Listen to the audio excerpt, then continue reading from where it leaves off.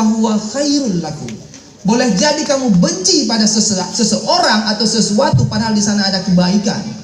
Wa asa an tuhibbu syai'an wa huwa syarrul lakum. Dan boleh jadi kemudian kamu suka pada sesuatu atau pada seseorang tetapi di sana ada potensi nestapa atau angkara. Ini yang saya bilang harus hati-hati. Gunakan logika kita dan cerna dengan baik, dan jangan terlalu kemudian euforia dalam mencintai atau membenci sesuatu atau seseorang. Yang ini saya pikir nanti berpotensi bagi kita untuk meruntuhkan sendi-sendi persatuan. Kita adalah sama.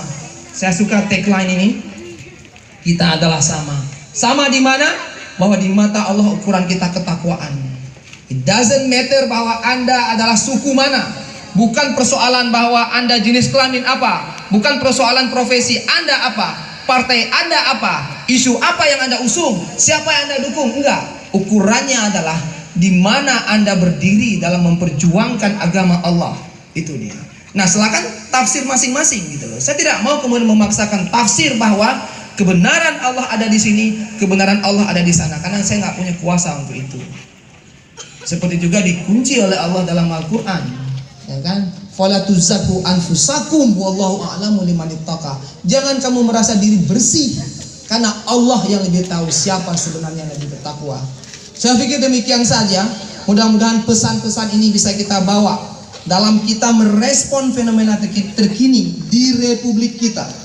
Sekali lagi apresiasi saya untuk GP Ansar dan juga untuk orang-orang tua kita di PWNU dan semua aktivis-aktivis anak-anak muda yang berjiwa terbuka, berpikiran terbuka, open minded terhadap semua fenomena multikultur yang kita hadapi hari ini. Cerna semua informasi dengan baik. Jangan terjebak pada pilpres atau pileg yang sangat sementara. Itu hanya perhelatan tahun 2019. Kalau dalam bahasa Aceh, nyandonya, donya itu. Sekarang pikirkan bagaimana kita menghadirkan kehidupan yang betul-betul baik untuk meningkatkan kesejahteraan umat, terutama untuk membela apa yang telah Allah amanahkan dalam diri kita.